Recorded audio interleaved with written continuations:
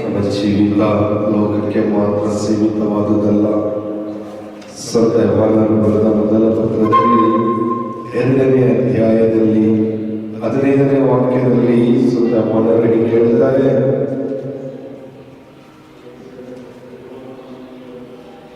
ಲೋಕಕ್ಕೂ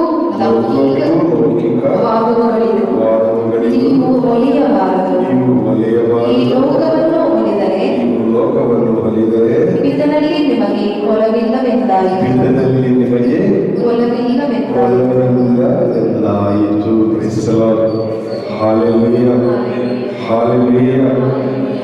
ಲೋಕಕ್ಕೆ ಲೌಕಿಕವಾದವುಗಳು ಯಾವುವು? ಗಲಾತ್ಯರಿಗೆ ಬರೆದ ಪತ್ರದಲ್ಲಿ ನಮಗೆ ಗೊತ್ತಾಗುತ್ತೆ, ಲೋಕದ ಎಲ್ಲ ವಿಷಯಗಳನ್ನು ಸಂತ ಪೌಲ ಹೇಳ್ತಾರೆ. ಲೋಕಕ್ಕೂ ಲೌಕಿಕವಾದವುಗಳಿಗೂ ಬರೆದರೆ ದೇವರಲ್ಲಿ ನಮಗೆ ಒಲವಿಲ್ಲ. ಯಾವಾಗಲೂ ಪ್ರಾಪಂಚಿಕವಾದ ಆಲೋಚನೆಯಲ್ಲಿ ನಾವು ಮುಳುಗುವಾಗ ದೇವರಿಗೆ ಸ್ಥಾನ ಕೊಡಲು ಸಾಧ್ಯವಿಲ್ಲ. ನಮ್ಮ ಜನ್ಮ ಕೊಟ್ಟ ತಂದೆ ತಾಯಿಗಳು ನಮ್ಮ ಒಳಿತನ ಬಯಸ್ತಾರ, ಕೆಳಕನ ಬಯಸ್ತಾರ? ಒಳಿತನ್ನೇ ಬಯಸುತ್ತಾರೆ. ನಮ್ಮನ್ನು ಸೃಷ್ಟಿಸಿ ನಾವು ಚೆನ್ನಾಗಿರಬೇಕು, ನಿನ್ನ ಸಾವಲ್ಲಿ ನನಗೆ ಒಲವಿಲ್ಲ, ನಿನ್ನ ದುಃಖದಿಂದ ಇರುವಾಗಲೆಂದು ನಿನ್ನನ್ನು ಸಂತೋಷವಾಗಿರಬೇಕೆಂದು ಸೃಷ್ಟಿ ಮಾಡಿದೆ ಅಂತ ಹೇಳುವ ದೇವರು ನನ್ನ ಕುರಿತು ಯಾವ ಆಲೋಚನೆ ಇಟ್ಟಿರ್ಬೋದು? ನನ್ನ ಕುರಿತು ಎಷ್ಟು ಆಲೋಚನೆ ಇಟ್ಟಿರ್ಬೋದು? ನನ್ನ ಸಹೋದರ ಸಹೋದರಿ, ಲೋಕಕ್ಕೂ ಲೌಕಿಕವಾದವುಗಳು ಒಲಿದರೆ ನಾವು ದೇವರ ಮಕ್ಕಳಾಗಲು, ದೇವರ ಆಶೀರ್ವಾದ ಪಡೆಯಲು ನಾವು ಶ್ರೇಷ್ಠರಲ್ಲ. ಆದ ಕಾರಣ ಲೋಕದ ಎಲ್ಲ ಕಾರ್ಯಗಳನ್ನು ಬಿಡಬೇಕು. ನಿಮಗೆ ಒಂದು ವ್ಯಕ್ತಿ ಬೈಬಲಲ್ಲಿ ಇದ್ದಾನೆ, ಅವನ ಬಗ್ಗೆ ಹೇಳ್ತೀನಿ. ಅವನ ಹೆಸರು ಚಕ್ಕಾಯ ಅಂತ. ಅವನು ಜೆರಿಕೋ ಪಟ್ಟಣದಲ್ಲಿ ಅವನಿಗೆ ಒಂದು ಹೆಸರಿತ್ತು,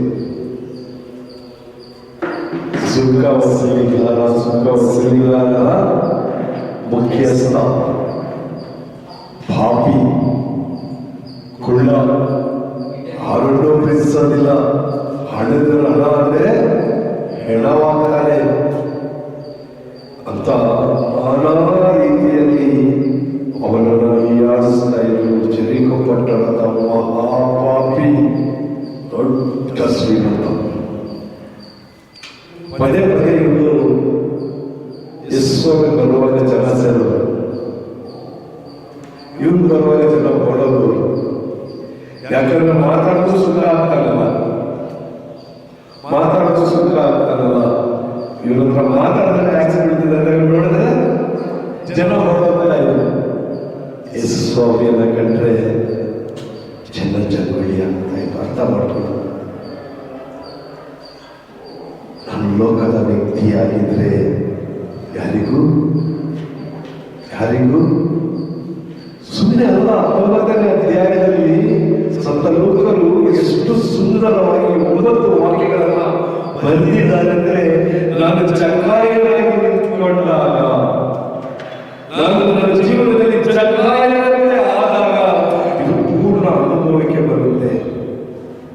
ಇಲ್ಲಾಂದ್ರೆ ಅರ್ಥ ಆಗಲ್ಲ. ಯಾವುದೋ ಒಂದು ಕತೆ ಲೋಕ ಬಂದ, ಅವನು ಓದ, ಅವನ ಕೆಲಸ ಎಲ್ಲ ಇಟ್ಕೊಂಡು ಒಬ್ಬರೇ ಆಗಲ್ಲ. ಅದನ್ನ ಇಟ್ಕೊಂಡು ನೋಡ್ರಿ, 9 ವಾಕ್ಯಗಳ ಜೀವನ. ನಾನೇ ಚಕ್ಕಾಯ, ಈ ಪ್ರಪಂಚವೇ ಜನಿಕು. ನನಗಾರು ಇಲ್ಲ ಅಂದರೆ, ನನ್ನ ಯಾರು ಪ್ರೀತಿಸ್ತಾ ಇಲ್ಲ ಅಂದರೆ, ನಾನು ಯಾರಿಗೂ ಬೇಡವಾದರೆ ನನ್ನ ಪರಿಸ್ಥಿತಿ ಏನಾಗ್ತದೆ?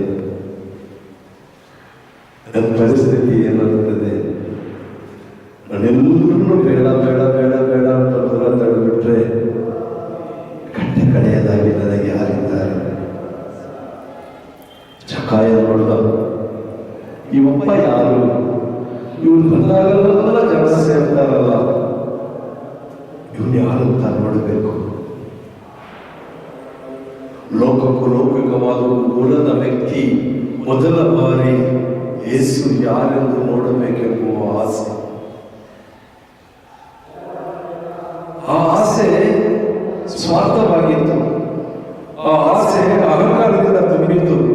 ನನಗಿಂತ ಶ್ರೀಮಂತನ, ನನಗಿಂತ ಶ್ರೇಷ್ಠನ, ಇವನು ಅಷ್ಟು ಜನ ಸೇರ್ತಾರಲ್ಲ, ಏನಕ್ಕೆ ನನ್ನ ಸೇರ್ತಾರೆ, ಇವನ್ನ ಯಾರಂತ ನೋಡಬೇಕು. ಒಂದು ಮನಸ್ಸಿನಲ್ಲಿ ಯೇಸು ಕ್ರಿಸ್ತರಿಗೆ ಯಾವುದೇ ಒಂದು ಸ್ಥಾನ ಕೊಟ್ಟಿಲ್ಲ. ಒಟ್ಟಿನಲ್ಲಿ ಇವನು ಯಾರು ನಾನು ನೋಡಬೇಕು. ಲೋಕದ ವ್ಯಕ್ತಿಯಲ್ಲಿಯೇ ಯೇಸು ಯಾರಂತ ತಿಳ್ಕೋಬೇಕೆನ್ನುವ ಕುತೂಹಲ ಬಂದರೆ ಸಾಕು. ನನ್ನ ಕುರಿತು ದೊಡ್ಡ ಪ್ರಾಣಿಗಳನ್ನು ಒಬ್ಬ ಅವನು ನೋಡಬೇಕನ್ನ ಕರೀತಾ ಇದ್ದಾರೆ. ದೇವರು ಆಕರ್ಷಿಸ್ತಾ ಇದ್ದಾರೆ.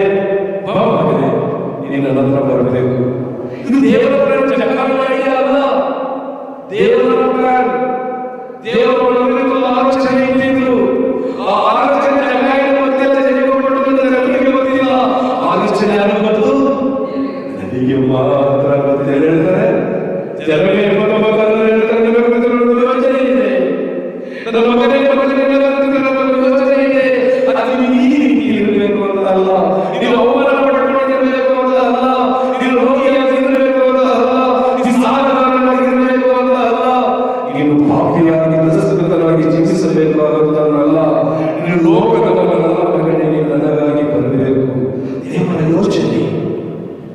ಈ ಯೋಚನೆ ನನಗೆ ನಿಮಗೂ ಇರಬಹುದು.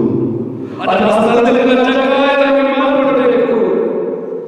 ಸ್ಥಳದಲ್ಲಿ ಚಕ್ರಾಯನಾಗಿ ಮಾರ್ಪಡುವಾಗ ಯೇಸುವನ್ನ ಕಣ್ಣೆತ್ತಿ ನೋಡುವ ಆಸೆ ಬರಬೇಕು. ಇಲ್ಲ ಅಂದ್ರೆ ಯೇಸು ಯಾರು ಅಂತ ಗೊತ್ತಾಗಲ್ಲ. ಹಾಗೆ ಚಿಂತಿಸ್ತಾ ಇದ್ದೀನಿ. ಚರ್ಚ್ಗೆ ಹೋಗ್ಬಿಟ್ರೆ ನಮ್ ಕೆಲಸ ಮುಗಿಯಿತು.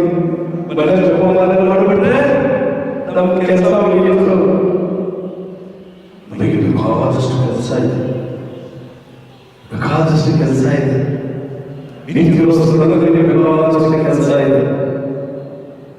ಗುರಿ ಸಿಗಿದಂತ ಮೋಸೆಯನ್ನ ಕರೆದು ವಿಸ್ಮಯವಾಗಿ ಕರೆದು ನನ್ನದರನ್ನ ಅದ್ಭುತ ಮಾಡಲು ಕರೆದಿದ್ದಾರೆ. ಜಕಾಯನನ್ನ ಕರೆದರು.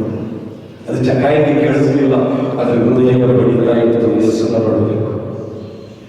ಯೇಸುವಿನ ಸ್ವರ, ಯೇಸುವಿನ ಪ್ರೀತಿ ಜಕಾಯನ ಹೃದಯದಲ್ಲಿ ಮಿಡಿಯಿತು. ಜಕಾಯನ ಹೋಗಲಿಲ್ಲ, ಆತ್ಮದಿಂದ ಕರೆದರು. ಜಕಾಯ ಬರ್ತಾನೆ. ಜಕಾಯ ಬರ್ತಾನೆ. ಈ ಮರದ ಮುಖಕಟ್ಟೋಡಿರೋಣ. ಈ ಮರ ಅವನಿಗೆ ಆಶ್ರಯವಾಗುತ್ತೆ. ಅಲ್ಲಿ ಮರವನ್ನು ನಿರ್ಮಾಣ ಮಾಡಿ ಯಾರು? ದೇವರು. ಈ ಮರದಿಂದ ನೋಡ್ತಾರೆ. ಇವನು ವಿಶ್ವಾಸ ಜನಿಕ ಪಟ್ಟಣಕ್ಕೆ ಬದಲಾಗಬೇಕು. ವಿಶ್ವಾಸ ಜನಿಕ ಪಟ್ಟಣದಲ್ಲಿ ಸುಮ್ಮನೆ ನಿಂತಿರುವ ನನ್ನ ಅದ್ಭುತ ಕಾರ್ಯಗಳನ್ನು ನೋಡಲು ಬಂದಿರುವಾಗ ಈ ವ್ಯಕ್ತಿಗಳು ನನ್ನ ಮಗ ಜಕಾಯ ಅರ್ಥಕೊಳ್ಳಬೇಕು. ಅವನು ಪಾಪಿಯಲ್ಲ, ಅವನು ಪಾಪಿಯಲ್ಲ. ಜನರ ದೃಷ್ಟಿಯಲ್ಲಿ ಪಾಪಿಯಾಗಿದೆ, ದೇವರ ದೃಷ್ಟಿಯಲ್ಲಿ ಶ್ರೇಷ್ಠ ಜಕಾಯ. ಒಬ್ಬೊಬ್ಬ ವ್ಯಕ್ತಿಯು ದೇವರ ದೃಷ್ಟಿಯಲ್ಲಿ ಶ್ರೇಷ್ಠರೇ, ಕನಿಷ್ಠರಲ್ಲ. ಅದೇ ಈ ಕನಿಷ್ಠರಿಗೆ ಏನು ಮಾಡ್ತೀರಲ್ಲ, ನನಗೆ ಮಾಡಿದಾಗೆಲ್ಲ ಕನಿಷ್ಠ ತಿರಸ್ಕೃತ. ಇವನು ಯಾರು ಎಂದು ತಿರಸ್ಕರಿಸಿದ ಜನರ ಮಧ್ಯೆ ನನ್ನ ಮೇಲೆ ಕೆತ್ತುವ ದೇವರು ಯೇಸು ಪ್ರಭು. ನಾನು ಜಕಾಯನಾಗಿ ಮಾರ್ಪಡಬೇಕು. ಜಕಾಯ ಹೊರಡದ ಇನ್ನೂ ಮನಸ್ಸಲ್ಲಿ ಇವನು ಯಾರು ಅಂತಾನೆ ಇತ್ತು. ಸುತ್ತದ ಎಲ್ಲೂ ಸತಿ ಸಿಕ್ಕಿಲ್ಲ. ಹೃದಯ ಕಲ್ಲಾಗಿತ್ತು. ಈ ಜನರ ಮಧ್ಯೆ ಜಾಗ ಅಂತ ಕೇಳೋಷ್ಟು ಸ್ವಾರ್ಥ. ನನ್ನ ಕೇಳಬೇಕು. ಜನ ಚಕುಳಿಯಲ್ಲಿ ಯೇಸು ಮಾಡಿಲ್ಲ, ಗಿಡ್ಡಾಗಿಲ್ಲ, ಯಾಮದ ಗಿಡ್ಡಾಗಿಲ್ಲ, ದೇವರ ಮುಂದೆ ಗಿಡ್ಡಾಗಿಲ್ಲ, ಆಧ್ಯಾತ್ಮಿಕ ಜೀವನದಲ್ಲಿ ಗಿಡ್ಡರಾಗಿಲ್ಲ. ಅವರಿಗೆ ಗೊತ್ತಿಲ್ಲ ದೇವರ ಪ್ರೀತಿ. ಒಮ್ಮೆ ಪ್ರಳಾಮಣ ಆ ಜನರನ್ನೆಲ್ಲ ಲೆಕ್ಕ ಹಾಕೊಂಡಿಲ್ಲ. ಅಲ್ಲಿ ಜಕ್ಕಾಯ ತನ್ನ ಸ್ವಾರ್ಥವನ್ನು ಬಿಟ್ಟ, ಧನಿಕ ಎಂಬುದನ್ನು ಮರೆತ, ಅವಳ ಅಜೆಂಡನ್ನು ಬಿಟ್ಟ, ಅವರ ಸುಖ ವಸತಿಗಳಾದ ಬಿಟ್ಟ. ಇಲ್ಲಿ ಮಗುವಾದ ಮೊದಲೇನ್ ಮಾಡ್ತಾರೆ? ಹಳ್ಳಿಗಳಲ್ಲಿ ಯಾರಾದ್ರೂ ಹೋದ್ರೆ ಕಾಣಿಲ್ಲ ಅಂದ್ರೆ ಏನ್ ಮಾಡ್ತಾರೆ? ಎಲ್ಲಾದ್ರೂ ಮರಗಳಿದ್ರೆ ಮೇಲೆತ್ಕೊಂಡು ಆ ವ್ಯಕ್ತಿ ಯಾರು, ಯಾವ ಮಿನಿಸ್ಟರ್ ಯಾರು ಬಂದಿರ್ತಾರೆ ಮೇಲೆತ್ಕೊಂಡು ನೋಡಬೇಕು. ದೊಡ್ಡವರು ಯಾರು ಅಂತಾರ, ಈ ಕಾಲಕ್ಕೆ ಬರೋನ ಮೇಲೆತ್ತಂದ್ರೆ ಹತ್ತಲ್ಲ. ಜಕ್ಕಾಯ ಮಗುವಾದ, ಜಕ್ಕಾಯ ಮಗುವಾಗ್ಬಿಟ್ಟು ಮರದ ಮೇಲೆ ಹತ್ತದ. ಮರದ ಮೇಲೆ ಹತ್ಕೊಂಡು ಮರನ ತಪ್ಕೊಂಡು ಯೇಸುವನ್ನ ನೋಡ್ತಾ ಇದ್ದ. ಯೇಸು ನೋಡಿದ್ರು, ಇನ್ನೆಷ್ಟು ಕಾಲ ಮಗನೇ ಪ್ರಪಂಚವನ್ನೇ ತಪ್ಕೊಂಡಿರ್ತೀಯ, ಇನ್ನೆಷ್ಟು ಕಾಲ ಮರಗಟ್ಟಿದ ಪ್ರಪಂಚ, ಈ ಪ್ರಪಂಚ ನಿನಗೆ ಪ್ರೀತಿ ಮಾಡಲ್ಲ. ಈ ಪ್ರಪಂಚದ ಮನುಷ್ಯರಿಗೆ ಮರದ ತರ ಇದ್ದಾರೆ. ಈ ಮರಗಳ ಜೊತೆ ಸೇವೆ ಮಾಡಿದೀಯ ಕಣ ನೀನು. ಆ ಮರನ ತಪ್ಕೊಂಡು ಯಾಕೆ ಇರ್ಬೋದೇ? ಮರನ ಬಿಡು.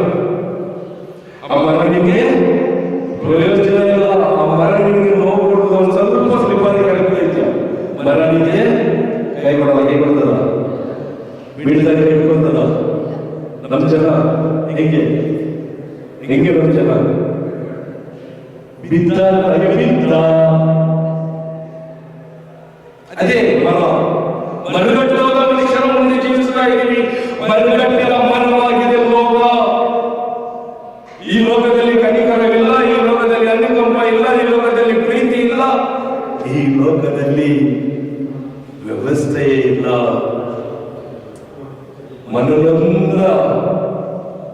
ಮನನೊಂದ ಜಕ್ಕಾಯನನ್ನು ನೋಡಿದ್ರು, ಮಗನೇ ಮರಗಳು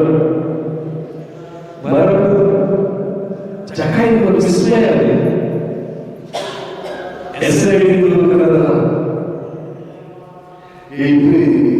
ಇವರಿಗೆ ಯಹೂದ್ಯರಲ್ಲಿ ಒಂದು ಪದ್ಧತಿ, ತಂದೆ ಮಾತ್ರ ಅಧಿಕಾರದಿಂದ ಹೆಸರಿಡಿದು ಮಗನನ್ನ ಕರೀತಾ ಇದ್ದಿತ್ತು.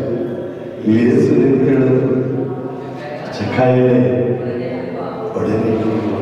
ಅದಕ್ಕಿಂತ ಮುಂಚೆ ವಾಕ್ಯ ಹೇಳುತ್ತೆ, ಯೇಸು ಕತ್ತೆತ್ತಿ ಆ ಸ್ಥಳಕ್ಕೆ ಬಂದು ತಲೆ ಎತ್ತಿ ನೋಡಿ ಯಾರನ್ನ? ಜಕ್ಕಾಯನ ಸೃಷ್ಟಿಕರ್ತ ತಲೆ ಎತ್ತಿ ನೋಡ್ತಾ ಇದ್ದಾರೆ. ಎಷ್ಟು ಎತ್ತರಿಗಿರುವವನು, ದೇವರ ದೃಷ್ಟಿಯಲ್ಲಿ ಎಷ್ಟು ಎತ್ತರದಲ್ಲಿದ್ದಾನೆ. ಈ ಮಕ್ಕಳಿಲ್ಲ ತುಳಿಯಕ್ಕೆ, ಮೇಲಿರೋನನ್ನ ತಪ್ಪಿಕೊಳ್ಳೋದಕ್ಕೆ ಎರಡು ಕರಗಳನ್ನ ಚಾಚಿದ್ರು. ಸಿಲುಬೆಯ ಮರದಲ್ಲಿ ಮರಗಟ್ಟಿದ ಪ್ರಪಂಚಕ್ಕೆ ಎರಡು ಕೈಯನ್ನು ಚಾಚಿ, ಬನ್ನಿ ನನ್ನ ಮಕ್ಕಳೇ, ದುಡಿದು ಬಾಳಲ್ಲಿ ಬೆಂಡಾದವರೇ ನನ್ನ ಬಳಿಗೆ ಬನ್ನಿರಿ. ಇಗೋ ಅಂದು ಅಲ್ಲಿ ಸಿಲುಬೆ ಮೇಲೆ ನೇತಾಡಿದ ಯೇಸು ಇಂದು ಮರದಲ್ಲಿ ನೇತಾಡುತ್ತಿದ್ದಂತ ಜಕ್ಕಾಯನನ್ನು ಕರೆದ್ರು, ಮಗ ಒಳಗೆ ನಿಂತು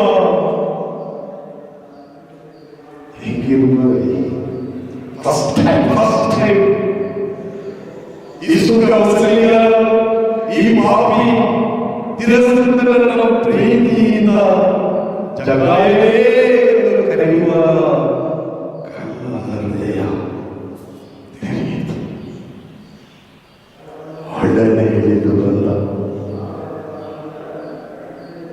ಕರು, ಕಟ್ಟಾಕಿದ ಕರು ತನ್ನ ತಾಯಿಯನ್ನು ಕಂಡು ಓಡಿ ಬರುವ ರೀತಿಯಲ್ಲಿ ಜಕ್ಕಾಯ ಓಡಿ ಬಂದ. ನನಗೆ ಎಲ್ಲೂ ಆಶ್ರಯ ಇಲ್ಲ, ನೀನೇ ಆಶ್ರಯ. ಹೆಸರು ಹೇಳಿದ್ರು, ನಿನ್ನ ಹೃದಯದಲ್ಲಿ ನಾನು ತನ್ನಬೇಕು ಬಾ, ಇಂದು ನಿನ್ನ ಮನೆಯಲ್ಲಿ ನಾನು ತಂದಿದ್ದೇನೆ. ಜಕ್ಕಾಯನಿಗೆ ಅಲ್ಲಿಯವರೆಗೂ ಜೆರಿಕೋ ಪಟ್ಟಣದ ಕುಳ್ಳ ಪಾಪಿ ಎಂದು ಕರೀತಾ ಇದ್ರು. ಯೇಸುವನ್ನು ಕರೆದ್ರು,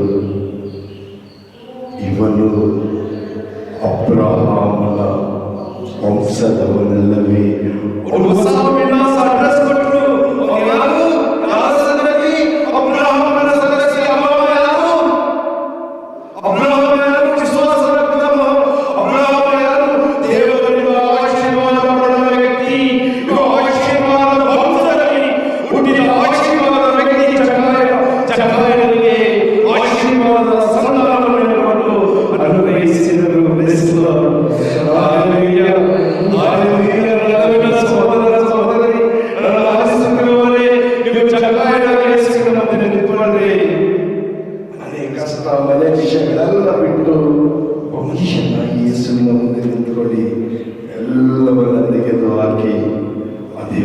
ನಮ್ಮನ್ನು ಅನುಗ್ರಹಿಸುವರು.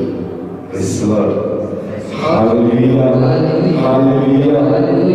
ಮುಖ ನೋಡುವವರಲ್ಲ, ಹೃದಯ ನೋಡುವವರು. ಮುಖ ನೋಡಲು ಅವರು ಮನುಷ್ಯರಲ್ಲ, ಹೃದಯ ನೋಡುವ ದೇವರವರು. ಕಣ್ಣುಗಳನ್ನು ಮುಚ್ಚೋಣ. ಊಟದ ಸಮಯ. ಕರ್ತನು ಈ ಸಮಯದವರೆಗೂ ನಮ್ಮೊಟ್ಟಿಗೆ ಮಾತನಾಡಿದ್ದಾರೆ. ನಮಗೆ ಕೊಟ್ಟ ವಾಕ್ಯಗಳು ವ್ಯರ್ಥವಾಗದೇ ಇರುವಂತೆ ಈ ಕಿವಿಯಲ್ಲಿ ಕೇಳಿ ಆ ಕಿವಿಯಲ್ಲಿ ಬಿಡದೆ, ಗಾಳಿ ಮಾತಾಗದೆ ನಮ್ಮ ಹೃದಯದಲ್ಲಿ ಹಠವಾದ ಬಲವಾಗುವಂತೆ, ಅವುಗಳಲ್ಲಿ ಉಳಿದ ಬೀಜಗಳು ಚಿಗುರು ಹೊಡೆಯುವಂತೆ ದೇವರನ್ನು ಇಳಿಸಲಿ. ಈ ವರ್ಗವನ್ನು ನಡೆಸುವ ದೇವರ ಮುಂದೆಯೂ ನಡೆಸುವ ಎಲ್ಲ ಶುಶ್ರೂಷೆಗಳ ಅಭಿಷೇಕದಲ್ಲಿ ಬಿಡುಗಡೆ ಇನ್ನು ಬರಲಿರುವ ಅನೇಕರು ಬರಲಿ ಎಂದು ನಮ್ಮನ್ನು ಒಪ್ಪಿಸಿಕೊಳ್ಳುತ್ತಾ ಕರ್ತನಿಗೆ ಮಹಿಮೆಯನ್ನು ಪ್ರಾರ್ಥಿಸೋಣ. ನಮ್ಮವರ ಪ್ರಸಾದಗಳಿಂದ ಸ್ತ್ರೀಯರಲ್ಲಿ ನೀವು ಧನ್ಯರು ಮತ್ತು ನಿಮ್ಮ ಉದರದ ಫಲವಾದ ಯೇಸು ಈಗಲೂ ನಮ್ಮ ಮರಣದ ಸಮಯದಲ್ಲಿ ಪ್ರಾರ್ಥಿಸಿರಿ.